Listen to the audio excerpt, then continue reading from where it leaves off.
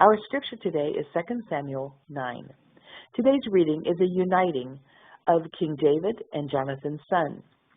In 2 Samuel 7, David had basically asked the question, what can I do for God? And now he is asking, what can I do for someone else? This shows David had a heart for God. Historically, it was customary for the new king to completely massacre anyone connected with the prior dynasty. David went against the principle of revenge and self-preservation and asked what he could do for the family of Saul.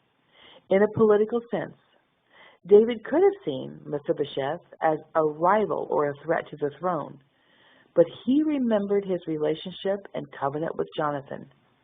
His actions were not only based on feelings, but also on the promise of a covenant.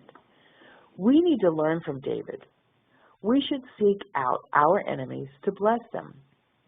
We should look for the poor, weak, lame, and hidden to bless them. We should bless others when they don't deserve it, and bless them more than they deserve. We should bless others for the sake of someone else. We must show the kindness of God to others. And now 2 Samuel 9. And David said, is there yet any that is left of the house of Saul, that I may show him kindness for Jonathan's sake? And there was at the house of Saul a servant, whose name was Ziba. And when they had called him unto David, the king said unto him, art thou Ziba? And he said, thy servant is he. And the king said, is there not yet any of the house of Saul, that I may show the kindness of God unto him? And Ziba said unto the king, Jonathan hath yet a son, which is lame on his feet. And the king said unto him, where is he? And Ziba said unto the king, behold, he is in the house of Machir, the son of Amiel, in Lodabar. Then King David sent and fetched him out of the house of Machir, the son of Amiel, from Lodabar. Now when Mephibosheth, the son of Jonathan, the son of Saul, was come unto David, he fell on his face and did reverence.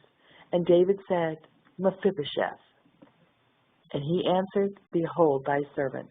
And David said unto him, fear not, for I will surely show thee kindness for Jonathan thy father's sake, and will restore thee all the land of Saul thy father, and thou shalt eat bread at my table continually. And he bowed himself and said, what is thy servant, that thou shouldest look upon such a dead dog as I am? Then the king called to Ziba, Saul's servant, and said unto him, I have given unto thy master's son all that pertained to Saul and to all his house. Thou therefore and thy sons and thy servants shall till the land for him, and thou shalt bring in the fruits, that thy master's son may have food to eat. But Mephibosheth, thy master's son, shall eat bread always at my table. Now Ziba had 15 sons and 20 servants. Then said Ziba unto the king, according to all that my lord the king hath commanded his servant, so shall thy servant do. As for Mephibosheth, said the king, he shall eat at my table as one of the king's sons. And Mephibosheth had a young son, whose name was Micah. And all that dwelt in the house of Ziba were servants unto Mephibosheth.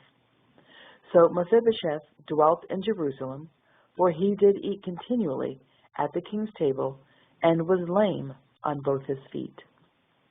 Our prayer today is that God would give us a heart of love and kindness for others.